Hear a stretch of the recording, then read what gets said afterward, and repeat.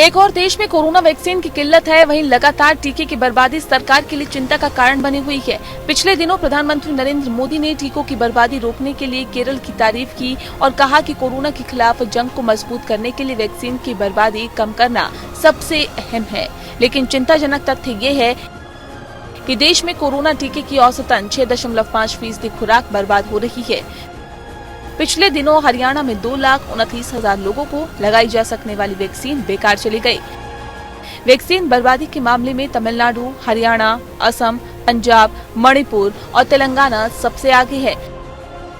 स्वास्थ्य एवं परिवार कल्याण मंत्रालय के नवीनतम आंकड़ों से ये जानकारी मिली है कि तमिलनाडु वैक्सीन बर्बादी की सूची में शीर्ष पर है।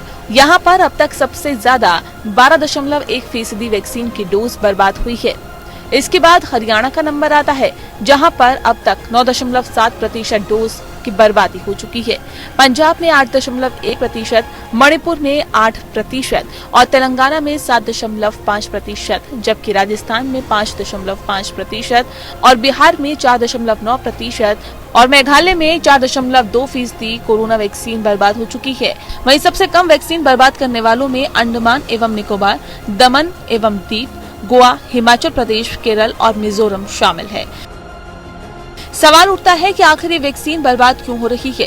एक तरफ लगातार वैक्सीन की कमी की खबरें आ रही है, जिसकी वजह से 1 मई से 18 वर्ष तक के अधिक उम्र के लोगों के लिए टीकाकरण प्रभावित हो रहा है, तो वहीं दूसरी ओर इसकी बर्बादी।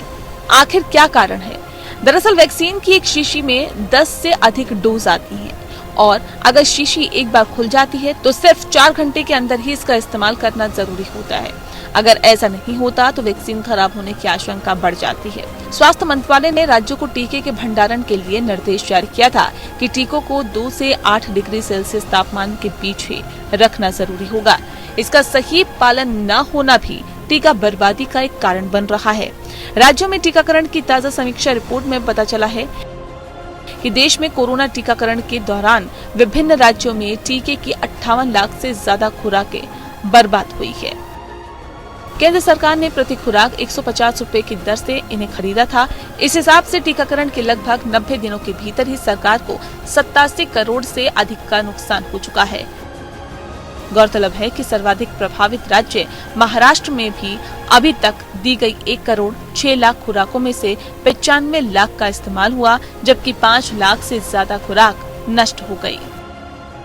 इसी वजह से करीब 7.5 करोड़ रुपए का नुकसान हुआ। इसीलिए जरूरी है कि टीके की बर्बादी पर राज्यों की जवाबदेही तय की जाए। ये टीका एक संजीवनी है जो लोगों के प्राण की रक्षा के लिए उपयोग की जा रही है, लेकिन राज्य सरकारों और स्थानीय प्रशासन की लापरवाही के कारण टीके की बर्बादी जारी है। Bureau report.